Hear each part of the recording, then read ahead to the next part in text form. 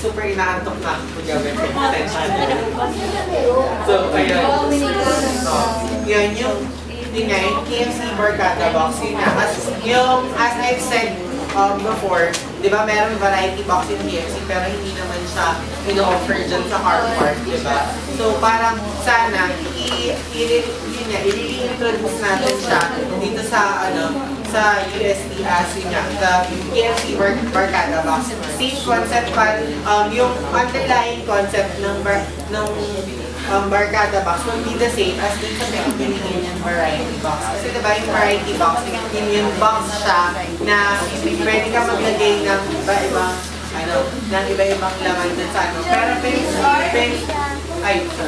ayun, kaso medyo pinag-iisipan ko pa kung paano mag-work yung Pero ang initial idea namin nila, Beth, nung napag-usapan natin meeting ng heads nung kailan ba yun? Sa sometime.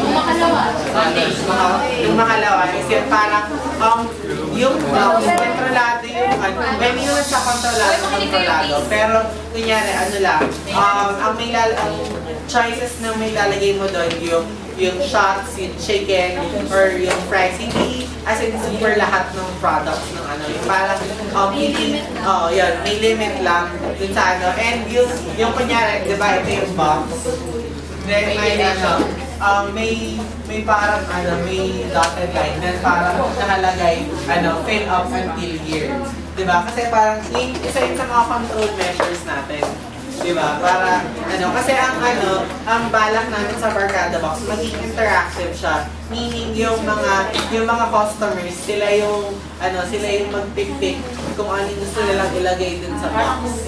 Diba? Medyo parang ganun yung concept, diba?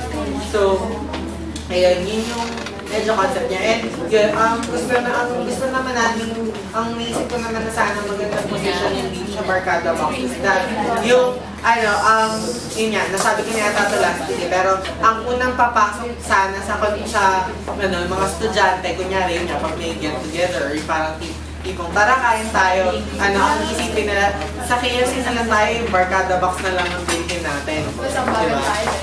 Yung parang yun, yung isang box tayo, yun, parang gano'n. Kasi diba, yung kunyari, ang problema kasi sa bucket, yung sa KFC bucket, chicken lang siya. Diba? Puro manok lang siya. Diba? Although, pwede siyang spicy or original, pero, diba, yung diba? Yung parang, yun lang yung meron. Dito, magkakaroon ng wider choice yung Barkada. Kasi diba, malay mo, may gusto kumain ng shots, ng fries, etc.